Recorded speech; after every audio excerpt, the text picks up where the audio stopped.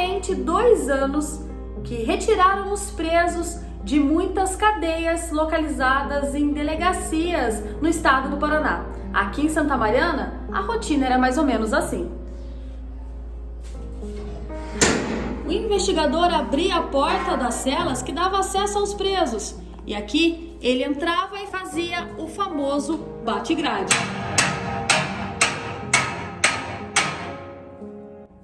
E aí, tudo tranquilo por aí? Rodrigo, você não acostumou que não tem mais preso aqui? Graças a Deus, sim. A gente fez esse bate-grade para demonstrar a rotina da Polícia Civil, nos últimos anos atrás, em que a gente, como investigador, acumulava a função de carceragem, bem como também trabalhava nossas funções, no caso de investigações de polícia judiciária. Olha, há 2 anos os presos saíram daqui e hoje eu vim mostrar para vocês nesta reportagem especial autorizado pela delegada doutora Thaís Pereira para mostrar um pouquinho como é que era essa rotina. Isso de bater a grade era para assustar o preso? Qual que era a finalidade desse trabalho? Não, essa aqui é uma ferramenta conhecida por pé de cabra, inclusive me acompanha desde o início da minha carreira. Eu ingressei na Polícia Civil em 1994 e com isso aprendi com os policiais mais antigos que também tinham cuidados com a carceragem e que o policial civil deveria bater as grades justamente para verificar se havia grade cerrada ou não na passagem de um plantão para o outro, dentre todas as atividades de um policial dentro da unidade. A carceragem era uma preocupação que nós tínhamos. Então esse pé de cabra, ele simboliza na realidade o fim de uma atividade que nós não fazemos mais, graças ao excelente trabalho feito agora pela administração atual da Polícia Civil, Dr. Silvio Jacob, delegado-geral, ao senhor delegado divisional do interior, ao nosso subdivisional, bem como ao senhor governador também, que proporcionou a desativação completa das cadeias exatamente no dia 25 de agosto de 2021. Então, dessa data para cá, nós definitivamente somos policiais civis, que fazemos nossas atividades de polícia judiciária, investigações e etc. Mas essa realidade de carceragem não existe mais porque o DP em si se estruturou e com isso ele absorve todos os presos, que são presos tanto pela Polícia Militar quanto por nós, dessa data em diante, até o presente momento. Tá certo, olha, as grades aqui, na maioria, quase na sua totalidade, foram doadas para o DPEM, juntamente com os cadeados e chaves, levados junto com os presos, no mês de agosto de 2021. Vamos entrar aqui para sentir um pouco como é que é esse clima. Eu prefiro mostrar... Vamos mostrar a outra parte, que essa aqui ainda tá com alguns materiais por aqui, mas a gente já chegando no local, a gente sente um ambiente pesado, até porque muitas histórias trágicas aconteceram em ambientes como esse. Pessoas que estavam aqui no seu fim da vida, vamos dizer, pessoas que desanimaram de tudo e estavam aqui presas. Aqui, por exemplo, aqui é um exemplo de uma cela.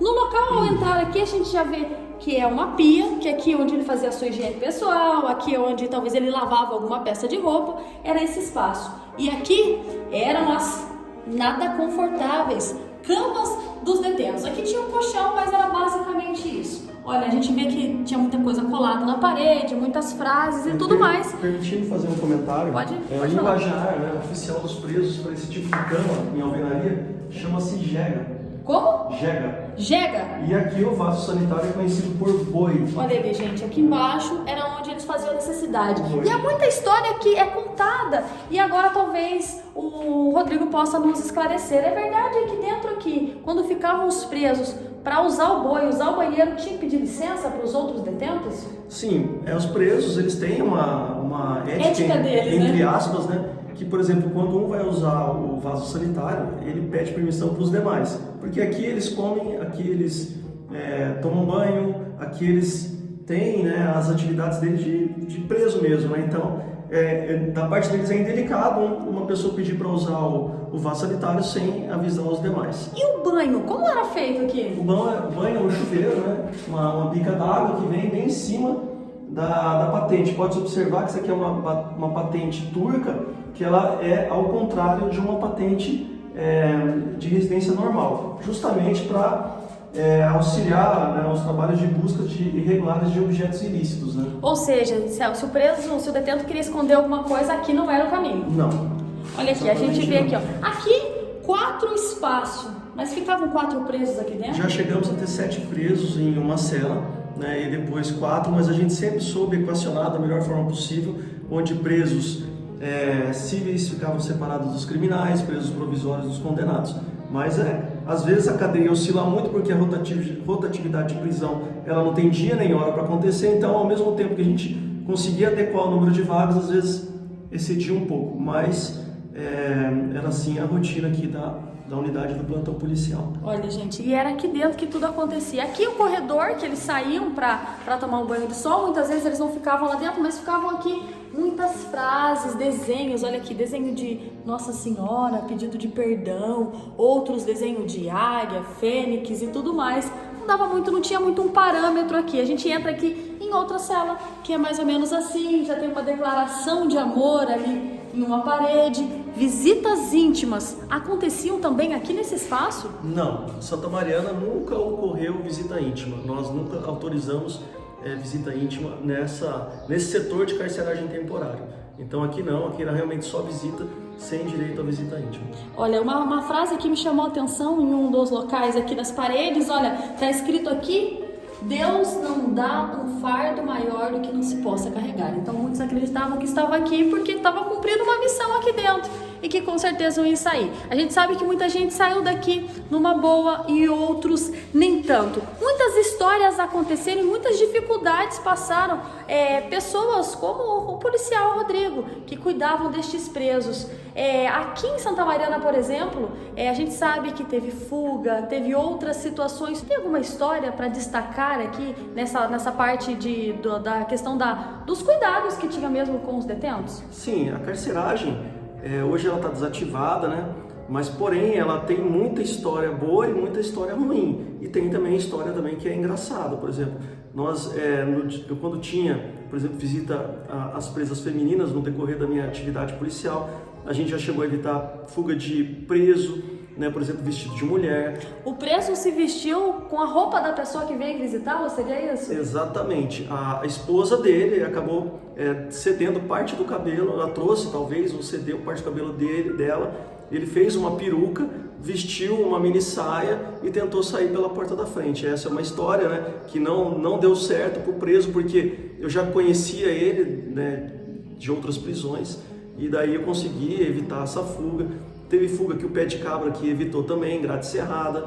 Teve, por exemplo, uma história engraçada, que o preso ele pediu para ir no PS porque ele estava passando mal. E no pronto-socorro, pediu um médico. Isso, porque ele estava passando mal, que ele tinha comido alguns objetos que estariam, né, fazendo mal à saúde dele.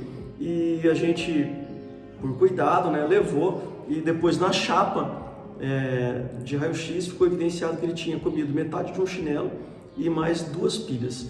Então esse preso teve que depois passar por uma lavagem, né, intestinal, porque da onde, né, por que ele fez isso, né? Então são histórias assim que a gente vem, né, no decorrer da profissão, guarda na memória, né, porque essas coisas acontecem, não tem hora, não tem dia, mas na história fica até interessante, mas geralmente acontece de madrugada, acontece numa hora que a delegacia está muito movimentada, a gente tem que intervir na cadeia para resolver um problema que hoje não tem mais, que era o problema prisional. Teve histórias trágicas, porém, que o preso praticou o suicídio. Teve história também que eu já evitei o suicídio de um preso, né, quando um adolescente infrator, isso no início da minha carreira. Então, assim, teve histórias de fuga mediante violência, em que os presos foram para cima do outro policial, ele teve que fazer uso de arma de fogo e acabou evitando a fuga. No decorrer da minha carreira em outra unidade policial, fui dar apoio para o investigador. Nós, em 2, evitamos a fuga de mais de 70 presos. Então, são ocorrências, né, que a gente, às vezes, a população não sabe, mas a nossa atividade em folga ou em serviço sempre era voltada para esse tipo de risco. Tá certo, olha, então hoje esse espaço está desativado. E agora a gente vai ver quais novas histórias acontecerão aqui. Tudo isso que o Rodrigo narrou é um mínimo de tudo que eles passaram, de tudo que eles viveram aqui dentro. Agora, Rodrigo, para finalizar a nossa entrevista, vamos aposentar a bendita do Pé de Cabra? Já aposentar o Pé de Cabra, fecha a cela e vamos embora. Detentos aqui em Santa Mariana, se Deus quiser, nunca mais. É importante ressaltar que eu deixo bem claro, graças a uma administração que é voltada para o planejamento e eficiência, essa época da Polícia Civil não existe mais. E também tem outras histórias também, que teve a chuva de granizo, né, em que nós aqui, policiais civis, fizemos o telhado da delegacia. Isso em a cidade que foi assolada por uma chuva de granizo em 2016, onde pedras de granizo com mais, por exemplo, de 10 centímetros de diâmetro, literalmente assolou a delegacia. Então, houve o empenho do Estado em relevantar essa delegacia na parte estrutural, mas nós, policiais civis aqui, fizemos o telhado pelo seguinte motivo: porque a carreira policial, ela é uma carreira que cativa a gente. Então a gente não é policial civil meramente por ter passado no concurso, e sim por amar a instituição, e a gente faz muita coisa além, né, do que a gente é pago. Justamente por quê? Porque a gente se sente bem em ajudar ao próximo e fazer o bem para as pessoas. Os policiais civis, os investigadores, os delegados conseguem ter uma atenção mais voltada à delegacia, à comunidade,